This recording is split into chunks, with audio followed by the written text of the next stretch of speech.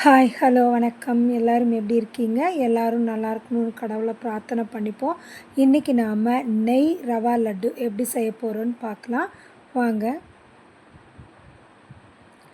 இந்த லட்டுக்கு ஒரு கப் அளவுக்கு வெள்ளை ரவை எடுத்துருக்கோங்க. அந்த வெள்ளை ரவையை வடசட்டியில் அடுப்பை சிம்மில் வச்சு இளம் பருப்பாக வறுத்துக்கிறோம். அது சூடாகி மணம் வந்தால் போதும், சிவக்க வறுக்க தேவையில்லை. நம்மக்கிட்ட இருக்க நெய், ஸ்வாஸ்தி நெய், அந்த நெய் ஒரு 3 டீஸ்பூன் அளவுக்கு நெய் விட்டு அதை ஒரு பரட்டு எடுத்துக்கலாம். இதை ரொம்ப வறுத்துட்டிங்கன்னா வர வரன்னு ஆகிடும், அந்த பதம் வராது.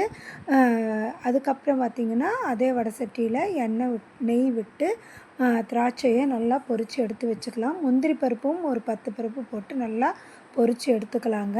அந்த ரவை எடுத்த அதே கப்பில் 3/4 கப் அளவுக்கு சர்க்கரை எடுத்துக்கிட்டு 4 ஏலக்காய் போட்டு நல்லா மிக்ஸி ஜாரில் பவுடராக இந்த மாதிரி அரைச்சி எடுத்துக்கலாங்க.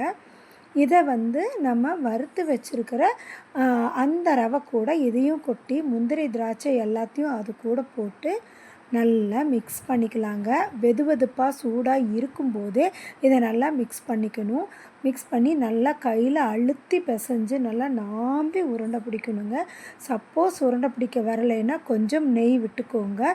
உங்களுக்கு நெய் அதிகமாக பிடிக்காதுன்னா சூடான பால் லேசாக தெளித்து கூட நம்ம இந்த மாதிரி உருண்டை பிடிச்சிக்கலாங்க. நல்லா கவனமாக பார்த்துக்கோங்க. ரொம்ப வறுத்துடக்கூடாது, அதே சமயம் இளவறுப்பாகவும் இருக்கக்கூடாது. பக்குவமாக பார்த்து வறுத்தெடுத்து இந்த மாதிரி உருண்டை செய்யுங்க. சூப்பர் டேஸ்ட்டாக இருந்ததுங்க. இதை நான் சாப்பிடும்போது திருப்பதியில் லட்டு சாப்பிட்ட அந்த ஒரு மனம் டேஸ்ட் இருந்ததுங்க. ரொம்ப நல்லா இருந்துச்சுங்க. நீங்கள் இதை வீட்டில் செஞ்சு பாருங்கள். செஞ்சு பார்த்துட்டு பிடிச்சிருந்தால் லைக் பண்ணுங்கள், கமெண்ட் பண்ணுங்கள், ஷேர் பண்ணுங்கள், சப்ஸ்கிரைப் பண்ணுங்கள். இந்த வீடியோ பார்த்ததுக்கு நன்றி.